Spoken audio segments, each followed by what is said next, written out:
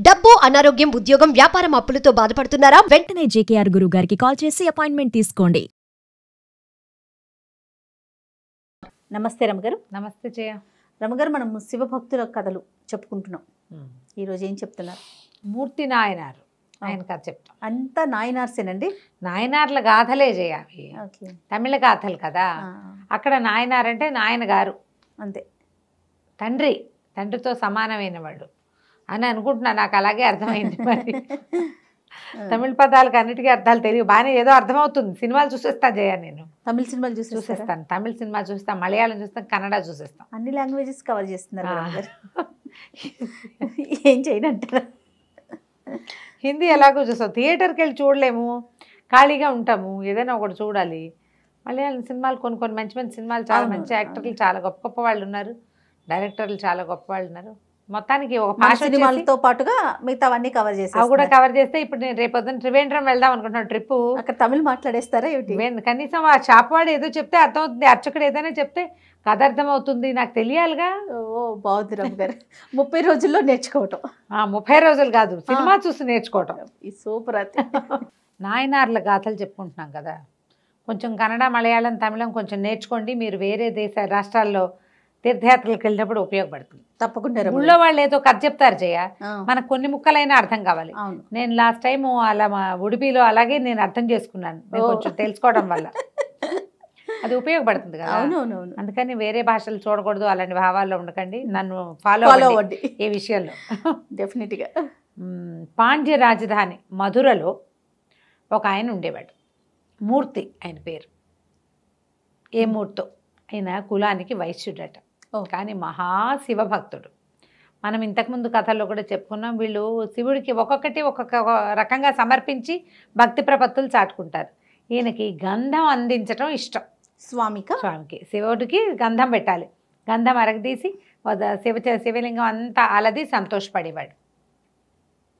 శివారాధన అంటే గంధం తీయటమే ఆయన పని. ఎక్కడైనా అర్చన జరుగుతుందంటే ఈయన వెళ్తే ఒక గంధం చెక్క ఆయన చేతికి ఇచ్చేవారు. ఆయన గంధం తీసి తన భక్తిని, తన ప్రీతిని, భగవంతుడి పట్ల తనకున్న భక్తి ప్రపత్తులు, విశ్వాసాలన్నింటినీ చందనంలోనే సమర్పించేవాడు.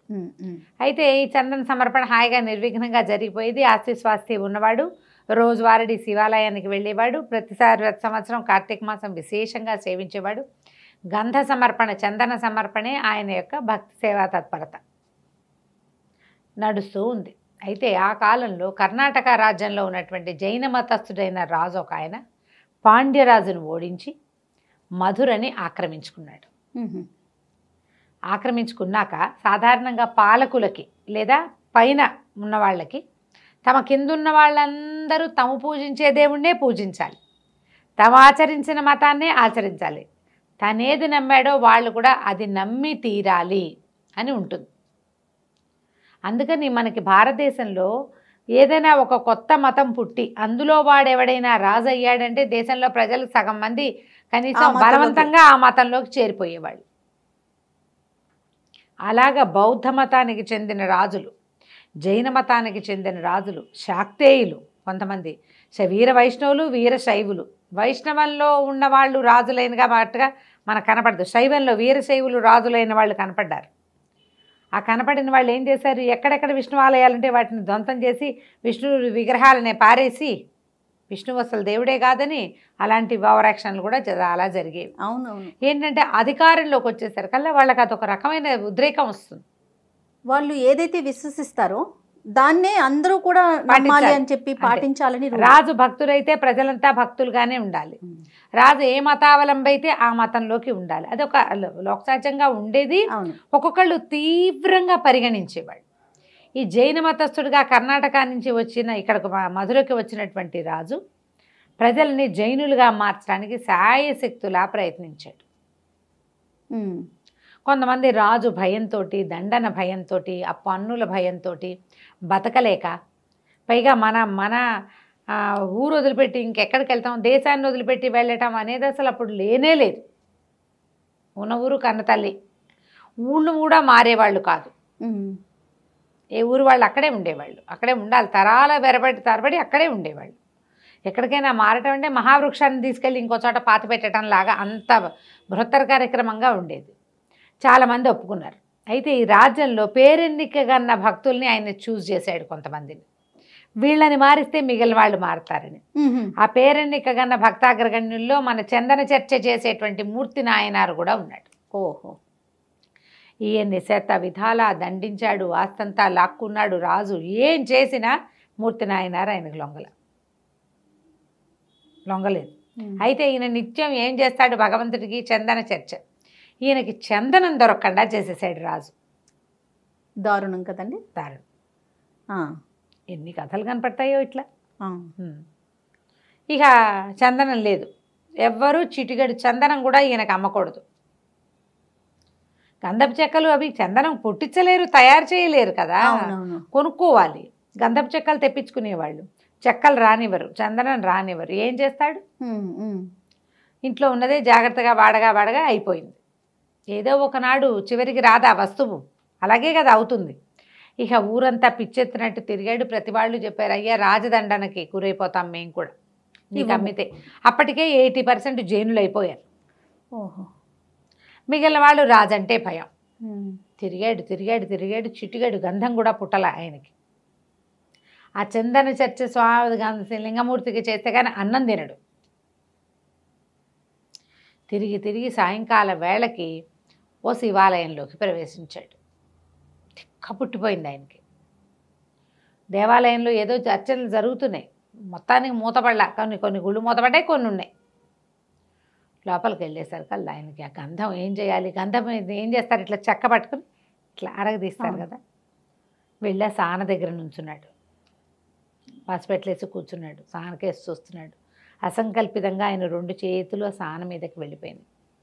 పంచాక్షరి జపం చేస్తూ చేతుల్ని రుద్దటం మొదలుపెట్టాడు. చెక్క లేదు. ఒక ఉద్రేకానికి లోనయ్యి తన చేతుల్ని అరగదీసి నెత్తురు కారిపోయి ఎముకలు అరిగిపోయే వరకు ఒళ్ళు తెలియలే ఆయనకి. మొత్తం ఏముంది, దేనికేసైనా రాస్తే కోసుకుపోదు. సాన రోజువారీ రుద్దటానికి అలవాటు పడింది కదా. అరగ ఈ పైభాగం అంతా అరగదీసేసి ఎముకల మీదకి వెళ్ళిపోయింది. నెత్తురు మయం దేవాలయం అంతా. ఏడ్చేస్తున్నాడు ఆయన. ఇది చేయకపోతే ఇంకా నాకు శివ చర్చ లేదు, శివసేవ లేదు, ఇంకా భగవత్ సేవ లేదు. ఆ దుఃఖము, ఉద్వేగము, ఇలాంటి పరిస్థితుల్లో నేను దేవసేవ ఎట్లా చేసుకుంటాను, దైవసేవ. ఆ ఏడుస్తూ నా పంచాక్షరి జపం చేస్తూ అరిచేతులు అరగదీసేసుకున్నాడు. వేళ్ళు అన్నీ ఇట్లా అరిగిపోయినాయి. ఇట్లా పట్టుకుంటారు కదా, ఈ భాగాలు, ఈ భాగము అంతా కూడా ఇవి ముణుకుల మీద తొందరగా కట్ అయిపోతుంది కదా, ఇక్కడ ఇవి కట్ అవుతుంది, బోన్స్ అరిగిపోతుంది. అరిగిపోయేసరికి అలా పడిపోయాడు. నెత్తురు మొత్తం దేవాలయం అంతా నెత్తురు. చుట్టుపక్కల వాళ్ళంతా చేరారు, గంటలు మోగిపోతున్నాయి. దేవాలయం అంతా దగదగాయమానంగా జ్యోతులు వెలిగిపోయినాయట. శివవాక్కు ఆయనకు వినపడింది. మూర్తి నాయనారు, నువ్వు కంగారు పడకు, నీ భక్తికి మెచ్చాను, నువ్వు ధైర్యంగా ఉండు, నువ్వు రాజు అవుతావు, ఈ దేశాన్ని మళ్ళీ శైవ మతంలోకి మార్చు, న్యాయంగా పాలన చెయ్యి. నీ భక్తి అనన్య సామాన్యమైన భక్తికి చాలా నేను సంతోషించానని శివవారిని వినపడింది. ఈయన నెత్తురోడుతున్న చేతులతోటి శివుడికి నమస్కారం చేసి ఇంటికి వెళ్ళిపోయాడు. చేతులకు కట్లు కట్టారు. చుట్టుపక్కల జనం అంతా చేరారుగా, దేవాలయం అంతా శుభ్రం చేశారు. ఈ వాక్యాలు ఇదంతా ఊరంతా వచ్చేసినాయి. చెప్పుకోవటానికి ఏముంది, అదే కదా.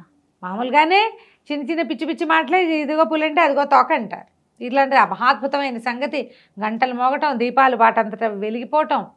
బయట నుంచి చూసిన వాళ్ళకి దేవాలయంలో ఏదో వెలుగొస్తున్న భావన వచ్చింది. పరిగెత్తుకొచ్చారు, ఎవరికి వినపడలా, ఈయన ఒకటికే వినపడింది. కానీ ఏదో జరుగుతోందని తెలుస్తుంది. ఒక మహాద్భుతం జరిగేటప్పుడు అందరికీ అర్థమవుతుంది. ఏమిటో తెలియదు కానీ ఏదో జరిగిందని మాత్రం తెలుస్తుంది. ఈయన ఇంటికి వచ్చేసాడు, చేతులకు కట్లు కట్టుకున్నాడు, కుమిలిపోతున్నాడు. శివసేవ చేయడానికి వీలు లేకుండా పోయింది, చేతులు ఇట్లా ఆవుడైపోయినాయి. మర్నాడు శివాలయానికి బయలుదేరాడు. శివాలయానికి వెళ్తే తెల్లవారుజామున కర్కోటకుడుగా ఉన్న జైన రాజు మరణించాడని వార్త వచ్చింది. 13 రోజులు రోజు శివాలయానికి వెళ్ళొచ్చాడు ఈయన. 14వ రోజు శివాలయానికి వెళ్తుంటే ఒక ఏనుగు ఎదురొచ్చింది. ఏనుగు ఎదురొచ్చి ఈయన మెడలో దండేసింది. రాజుగారు నిస్సంతుగా మరణించాడు, సంతానం లేదు. మరి ఇప్పుడు వాళ్ళ దేశం నుంచి ఎవరిని పిలిపిస్తారు? ఇప్పుడు రాజుగా ఒకడు కావాలి కదా. అయితే మంత్రులు ఏం తీర్మానించుకున్నారంటే రాజుగారి కార్యక్రమాలు అయిపోనిచ్చి 12 రోజులు అయిపోనిచ్చి భద్రగజానికి ఒక దండిద్దాం. ఈ గజం ఆయన కర్ణాటక నుంచి తెచ్చుకున్నాడు పాండ్యదేశానికి. ఆయన ఆ ఏనుగు ఎక్కి వచ్చాడు. ఆ భద్రగజం ఆయన పుట్టిన దగ్గర నుంచి ఆ రాజుతోటే ఉంది. అది ఎవరిని ఎన్నుకుంటే ఎవరికి దండేస్తే వారిని రాజుని చేద్దాం, అదే భగవంతుడి ఆజ్ఞగా భావిద్దామని భావించారు. అద్భుతం. ఆయన జైన మతం తీసుకున్నాడు, ఆయనకి సంతానం లేదు. జైన మతం పుచ్చుకున్న వాడికి రాజకాక్ష ఏంటో మనకు తెలియదు. అంటే పుచ్చుకున్నాడు రాజుగా ఉండగానే ఇంకా అలా కంటిన్యూ అయ్యాడు అనమాట. ఆ ఏనుగుకి దండేస్తే అది అన్ని ఊళ్ళు మొత్తం ఊరంతా అన్ని సందులు తిరిగి వచ్చి శివాలయం బయట నిలబడినటువంటి మూర్తి నాయనారు మెళ్ళలో దండేస్తారు కదా. జనాలంతా చప్పట్లు కొట్టారు. రాజుగారి తర్వాత ఈ వెనకాల వచ్చినటువంటి జనాలు పల్లకి తీసుకొచ్చారు, ఏనుగుని ఎక్కమన్నారు. ఈయన లేవదీశారు. ఈయన నిర్ఘాంతపోయాడు. ఏనుగు వచ్చి దండేస్తే, అయ్యా మా రాజు వచ్చి రాజుగా అయ్యి మా దేశాన్ని ఉద్ధరించండి, మీలాంటి మహానుభావుల కోసమే మేము చూస్తున్నాం, భద్రగజం మిమ్మల్ని సెలెక్ట్ చేసింది అని చెప్పారు. చెప్పేసరికి ఆయన అన్నాడు, రాచరికం ఎందుకు, శివసేవ కంటే గొప్పదా అది? అది కాదు కదా, ముందు మీరందరూ శైవులుగా మారితేనే ఈ రాజ్యాన్ని నేను స్వీకరిస్తానన్నాడు. అందరూ మళ్ళీ జైన మతాన్ని వదిలిపెట్టుకున్నారు, జైనాచారాలు మానేశారు. అప్పుడు ఈయన రాజుగా మారాడు. రాజు అయిన తర్వాత కూడా నిత్యము శివారాధన చేసేవాడు. స్వహస్తాలతో తీసిన గంధాన్ని అక్కడున్న దేవాలయంలో స్వామికి అలంకరించేవాడు. ఆయన ఏ తీర్థయాత్రకు వెళ్ళినా ఏ దేవాలయంలోకి ఆయన దర్శనానికి వెళ్తాడో అక్కడ గంధం తీసి స్వామిగా అలంకరించడమే ఆయన యొక్క సేవ. కొన్ని సంవత్సరాల పాటు పాండ్యదేశాన్ని, మధురా నగరాన్ని పరిపాలించాడు మూర్తి నాయనారు. చాలా కాలం పరిపాలించిన తర్వాత ఆయన లింగైక్యం చెందాడు. ఏముంది కదా కథ. అద్భుతం. నమస్తే రమగారు. నమస్తే జీ.